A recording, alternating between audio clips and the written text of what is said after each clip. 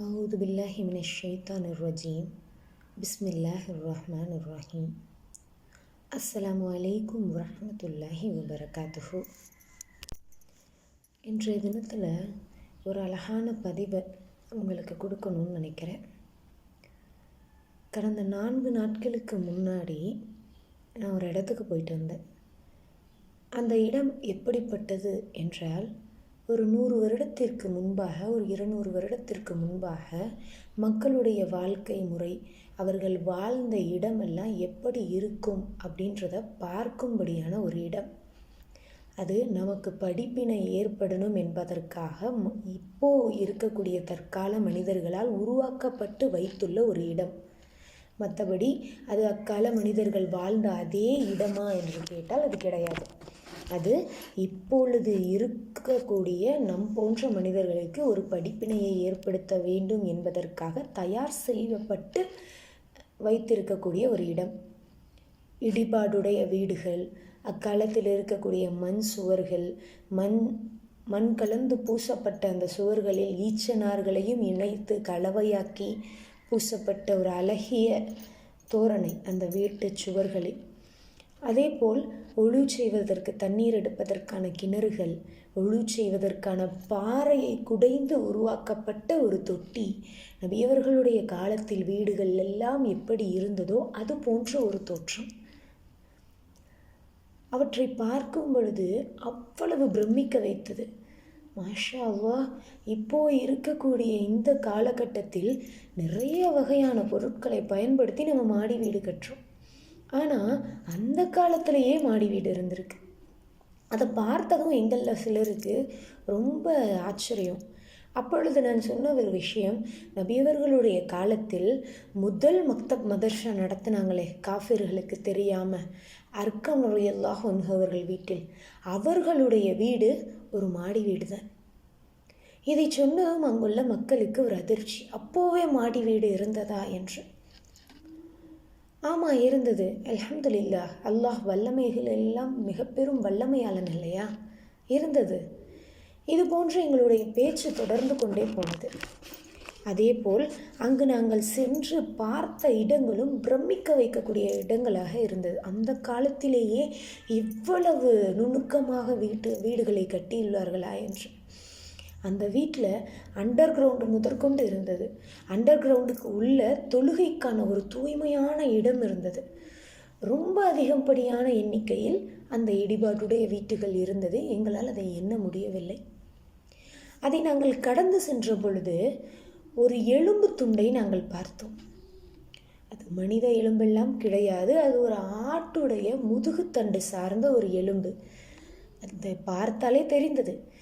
இருந்தாலும் அந்த இடத்தில் எனக்கு ஏற்பட்ட ஒரு திடுக்கம், அந்த இடத்தில் வந்த ஒரு சிந்தனை என்னவென்றால், அது அந்த எலும்பினுடைய அளவு நம்முடைய விரல் அளவுக்கு ஒரு 4 to 5 இன்ச் அளவு இருக்கும். அது ஆட்டுடைய முதுகுத்தண்டு சார்ந்த ஒரு எலும்பு. அது நன்று தெளிவாகவே தெரிகிறது அதை பார்க்கும் பொழுது. இந்த இடத்துல நாம் சிந்தித்து படிப்பினை பெற வேண்டிய விஷயம் என்ன அப்படின்னா, இது ஒரு செட்டப்பாக இருக்கலாம். இது அப்படியே வாழ்ந்த மக்கள் இடிஞ்ச இடம் அதெல்லாம் கிடையாமல் இருந்தாலும் இது ஒரு செட்டப். இந்த போன்ற ஒரு இடம் இருந்திருக்கு. இப்போது அது ஒன்றுமே இல்லாமல் ஆயிருந்திருக்கு. அதை நம்ம படிப்பினை பெறணும் அப்படின்றதுக்காக ஒரு அரைகுறை இடிபாட்டோடு இதை நம்ம தயார் செய்யப்பட்டு வச்சுருக்காங்க நமக்காக. இதை பார்க்கும் பொழுது இங்கு வாழ்ந்த மக்கள் எல்லாம் இப்போது எங்கே? மாடி வீடு கட்டியிருக்காங்க. பேரிச்சம் தட்டைகளை கொண்டு நிலைகளை கொடுத்து, பேரிச்சம் அந்த ஈச்ச ஓலைகளை வைத்து கூரை நெய்து, இதற்கு மேல் மாடியை கட்டி வாழ்ந்து இவ்வளவு நுணுக்கமான முறைகளை கையாண்ட அந்த மக்கள் இப்போ எங்கே? அதில் ஒருவர் கூட இப்போ எஞ்சி இருக்கலை. அவர்கள் எல்லாரும் இறைவனுடைய அழைப்பான மரணத்தை ஏற்று இப்பொழுது கபருடைய வாழ்க்கையில் இருப்பாங்க. அங்கு சிதறி கிடந்ததை ஒரு எலும்பு துண்டு, அதுபோல் நாளை நம்முடைய எலும்பு துண்டு ஏதாவது ஒரு இடத்தில் கிடைக்காது அப்படின்றதுல என்ன நிச்சயம்? யோசிச்சு பாருங்க. நாமெல்லாம் அறிஞ்சது நாம் ஒரு நாள் மௌத்தாயிருவோம், நம்மளை அடக்கம் பண்ணிடுவாங்க, அந்த மண்ணுக்குள்ளே நாம் இருப்போம். ஆனால் அந்த மண்ணு கூட நமக்கு சொந்தமில்லை அப்படின்றத நிரூபிக்கிற விதமாக எங்களுக்கு அந்த இடத்துல காட்சி தந்தது அந்த எலும்பு துண்டு. சொல்ல முடியாது நாளை இதே நிலை நம்முடைய எலும்புக்கு வந்தா. இன்றைக்கி சொல்கிறோமே, என்னால் நின்று தொழுவ முடியல, குறுக்கெல்லாம் வலிக்குது, முதுகெல்லாம் வலிக்குது, நான் நிறைய வேலை செய்கிறேன், நான் உட்காந்து தொழுதுக்கிறேன் அப்படின்னு. ஆனால் நம்முடைய தலைவர் முஹம்மது நபி ஸல்லல்லாஹு அலைஹி வஸல்லம் அவர்களுக்கு அல்லாஹ் அறிவித்து கொடுத்திருந்தான். என்ன அறிவித்து கொடுத்திருந்தான்? உம்முடைய முன்பின் பாவங்களை நாம் மன்னித்து விட்டோம் என்று அறிவித்து கொடுத்திருந்தான். அப்படி இருந்தும் நபி ஸல்லல்லாஹு அலைஹி வஸல்லம் அவர்கள் தம்முடைய 2 கால்களும் வீங்கும் அளவிற்கு நின்று தொழுதார்கள். நாம் ஃபர்லுடைய 4 ரக்காயத்தை தொழுகிறதுக்கு அதிகபட்சம் 5 நிமிஷம், குறைஞ்சபட்சம் மக்கள் 2 நிமிஷம் 3 நிமிஷத்தில் முடிச்சிடுறோம். அதிகபட்சம் அந்த கால்குலேஷனுடைய டைம் 5 நிமிஷம். அதில் அவ்வளவு அசட்டை, கடகடன்னு சூறாக்களை ஓதுறோம், சஜிதா குனிஞ்சு நிமிடுறோம், அவ்வளோதான், ருக்கு குனிஞ்சு நிமிடுறோம், அவ்வளோதான். ஆனால் நபியுடைய மனைவிமார்கள் ருக்கு செய்யும் பொழுது தம்முடைய மூக்கு உடைந்து இரத்தம் வந்துவிடுமோ என்று அஞ்சும் அளவிற்கு ருக்கு சஜிதா செய்தார்கள். அதில் ஒரு துளி அளவு நாம் செய்கிறோமா? சிந்தித்து பாருங்கள். இன்றைய தினத்தில் நாம் பார்த்து வச்சுருக்கோமே நம்முடைய இந்த உடல். இல்லை, நான் 4 தடவை குனிஞ்சு நிமிர்ந்தேன்னா எனக்கு குறுக்கு வலிக்கும், எனக்கு முதுகு வலிக்கும்.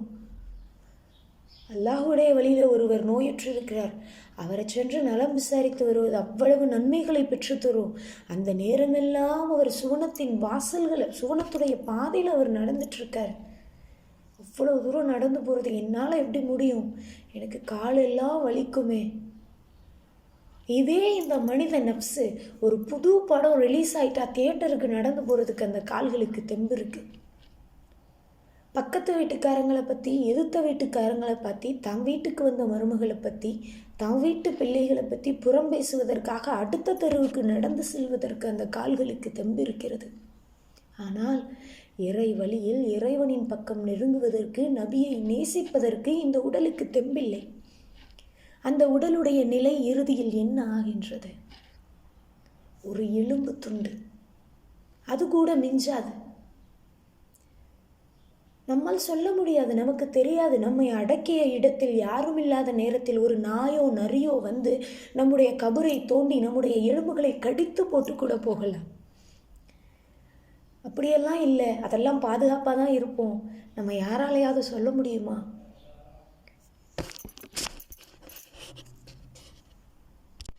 சிந்திச்சு பார்க்கணும். இன்ஷா அல்லாஹ் அந்த எலும்பு துண்டும் நாம் பார்த்த அந்த காட்சிகளும் ஒரு அழகிய படிப்பினை நமக்கு. சொல்ல முடியாது. இன்றைக்கி நாம் ஆடம்பரமாக எல்லா வசதியும் இருக்குது, என்னானாலும் இந்த வீடு இடியாது, ஒரு பூகம்பமே வந்தாலும் இதிலிருந்து தப்பிச்சிரும் அப்படின்ற ஒரு வகையில் ஒரு கட்டமைப்பை போட்டு நாம் ஒரு வீடை கட்டியிருப்போம். ஆனால் அல்லாஹுடைய நாட்டம் எப்படி இருக்கோ, நான் சொல்ல வர்றது, நாம் பார்த்து ஒவ்வொரு விஷயத்தையும் நுணுக்கமாக தேர்ந்தெடுத்து கட்டி இருக்கிறோமே, நாம் இருக்கக்கூடிய இந்த வீடு, இதில் நாம் நிரந்தரமாக இருக்க போகிறோமா? கிடையாது. ஜஸ்ட்டு உலக வாழ்க்கை. அந்த வீடை கட்டி மறுநாள் கூட நமக்கு ஏதாவது ஆகலாம், கெட்டிட்டு இருக்கும்போது கூட அல்லாஹ் மௌத்தை கொடுக்கலாம். இதை இப்போ நான் சொல்ல வரலை. ஜஸ்ட்டு குறைஞ்சபட்சம் அல்லாஹ்வுடைய நாட்டம் இருந்தால் ஒரு 2 வருஷமோ, ஒரு 5 வருஷமோ, ஒரு 10 வருஷமோ நாம் அந்த வீட்டில் வாழ போகிறோன்னு இருந்தாலும் அதை எவ்வளவு நுணுக்கமாக, இது இங்கே இருக்கணும், இது இப்படி இருக்கணும், இது இப்படி இருக்கணும்னு பார்த்து கட்டுறோம்.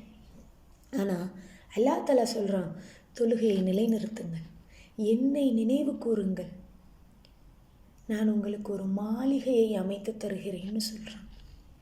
மனிதனுடைய கட்டமைப்பில் கட்டக்கூடிய இந்த வீடுகளே இவ்வளவு அழகாக நம்முடைய கண்களுக்கு தெரியும் போது, இறைவனுடைய கட்டமைப்பில், இறைவனுடைய பார்வையில், இறைவனுடைய கரங்களால் கட்டப்படக்கூடிய அந்த மாளிகைகள் எவ்வளவு உயர்வானதாக இருக்கும். நம்முடைய எண்ணங்கள் எல்லாம் அந்த மாளிகைகளை வாங்குவதில் தான் இருக்க வேண்டுமே தவிர, இம்மையில் இவ்வுலகில் மற்ற சொத்துக்களை அபகரிக்கக்கூடிய விதத்தில் நம்முடைய எண்ணங்கள் செல்லக்கூடாது. நண்பர்களே, இன்ஷா அல்லாஹ் அல்லாஹ் நமக்கு கடமையாக்கியுள்ள கடமையான செயல்களை சரியான முறையில் பின்பற்றக்கூடியவர்களாகவும், அல்லாஹ் என்று சொன்னால் நம்முடைய உள்ளம் அஞ்சக்கூடியவர்களாகவும் நம் அனைவரையும் அல்லாஹ் ரப்புல் ஆலமீன் ஆக்கி அருள் புரிவானாக. மேலும் நபி ஸல்லல்லாஹு அலைஹி வஸல்லம் அவர்களுடைய வழிமுறையை முழுமையாக பின்பற்றி நாளை மறுமையில் அவர்களுடைய சபையில் நபியவர்களுடன் ஒன்றாக அமர்ந்து அவர்களுடைய பேச்சை கேட்டு சந்தோஷமடைந்து இறைவனுடைய திருமுகத்தை கண்டு களிப்புறக்கூடியவர்களாக அல்லாஹ் நம் அனைவரையும் ஆக்கி அருள் புரிவானாக. ஆமீன் ஆமீன் யா ரப்பில் ஆலமீன். மேலும் இவ்வுலக வாழ்க்கையில் இருக்கக்கூடிய இன்ப துன்பங்களில் மூழ்கி திளைத்தவர்களாக எவ்விதத்திலும் அல்லாஹ் நம்மை ஆக்காமல் இருப்பதற்காக அனைவரும் துஆ செய்து அதிலிருந்து மீண்டு ஷைத்தானுடைய வலையில் விழுந்து